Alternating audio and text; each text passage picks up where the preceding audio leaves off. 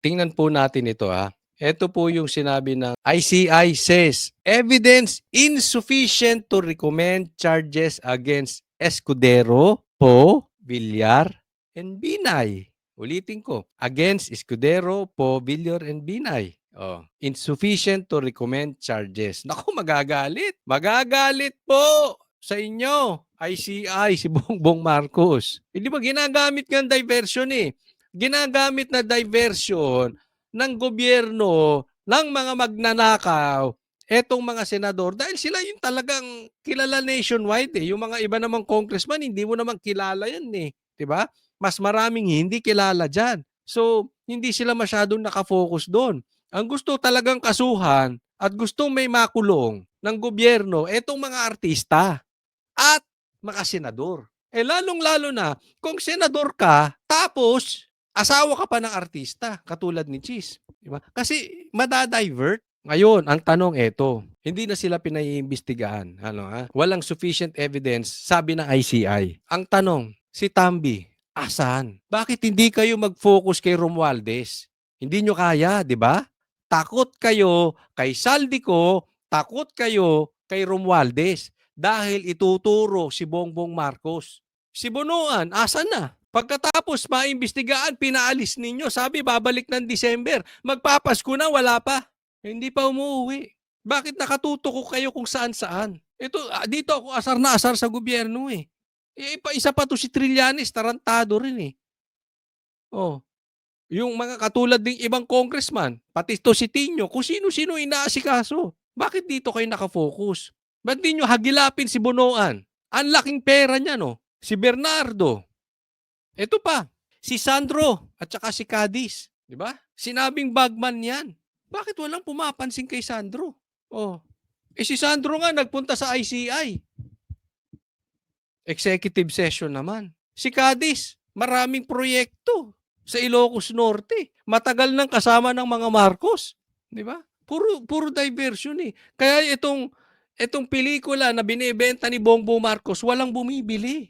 Gusto ng taong bayan, merong managot. And it's very safe to say na ang dapat managot dito yung tatlo.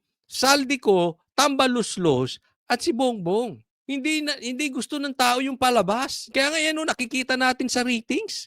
Nagsasalita ang tao. Hindi nila gusto yung klaseng investigasyon na ginagawa sa Blue Ribbon, kung saan pa man. Maliwanag diba? Ito pa, isa pa.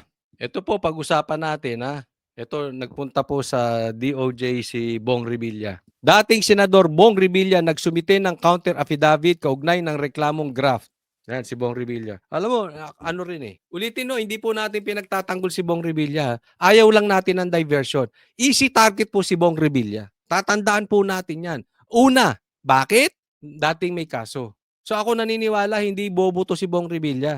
Nauulitin niya pa yung kung totoo man or hindi yung dati. Pangalawa, kalaban po to sa politika ni Boying.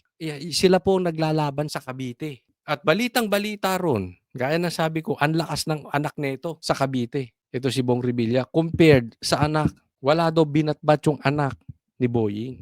So kalaban to. Pakatlo, namarkahan to kay Vice President Sara Dahil namataan daw na nagkita sila si Vice President Sara at saka si Bong Revilla sa ibang bansa.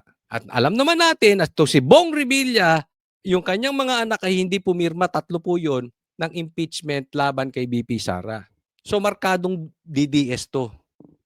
Diba? Basta hindi nila kayang pilipitin ng liig, hindi kayang kontrahin si Sara, haharasin. Nakita na natin to. Ginawa nila to kay Pastor Kibuloy. Ginawa na nila to kung kani-kanino. Basta na markahan kang Duterte yari ka. At ito pa, Cavite po, vote rich po yan. Napaka-importante hawakan nila ang Cavite. Malaki po ang madideliver ng Caviteng boto para kay BP Sara. Lalong-lalo sa Luzon. Kung tutusin, malakas si Sara. Pero sa Luzon, Visayas at Mindanao, Luzon pa ang pinakamahina si Sara compared sa Visayas at Mindanao. Ang laki madideliver ng Cavite through Bong Revilla. So, sinasabi natin diversion na ginagawa nila.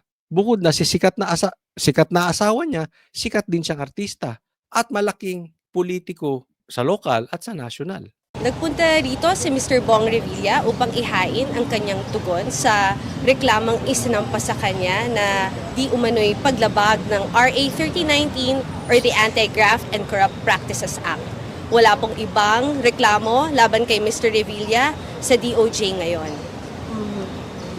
Maliban sa kanyang counter affidavit ay nagsumite si Mr. Revilla ng mga ebidensya na magpapatunay na lahat ng nilalaman ng mga aligasyon, akusasyon at reklamo laban sa kanya ay pawang kasinungalingan at kasinungalingan lamang.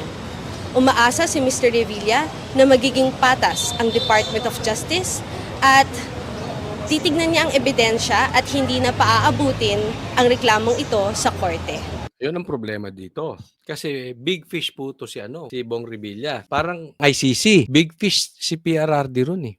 Kailangan ng ICC si PRRD para maging relevant ang ICC, di ba? Ganito rin si Bong Revilla. Yun ang problema kasi plano tong ipakulong. Siyempre, pag napakulong, magmumukhang malinis itong gobyerno ni Bongbong Marcos dahil meron silang pinakulong na malaki. Nagreklamo pa nagsumite ng affidavit dito sa DOJ, no? Nakitang-kita natin na hindi po nagtatago si Bong Revilla. Kinaharap niya to head on. Nagpapalabas siya ng ebidensya. So sana yan ang pakiusap, tingnan ng ebidensya. Ang problema po, DOJ, dati pong tao yan. Ni Boying Rimulya. Remember, SOJ po siya bago siya naging ombudsman. So lahat yung mga nakapwesto na yun, ombudsman, SILG, di ba? DOJ, lahat yan napwestuhan. May mga pwesto yan galing sa executive department. Lalong-lalo na iba ang galawan ng mga Rimulya. Kalaban pa to. So hindi ko alam, no? Pero tayo magsisisigaw. Ulitin na, ito'y sa pagtatanggol. Pero huwag niyong gamitin. Sawang-sawa na ang taong bayan na ginagamit niyo ang iba para pagtakpan. Tandaan po natin ito. Marami pang lalabas na balita about Sara. Marami pang sikat ang ipakukulong. Marami pang sikat ang pagbibintangan ng kung ano-ano para mailihis. Dahil ang dapat nananagot ay si Saldico, si Martin Romualdez at si Bongbong Marcos.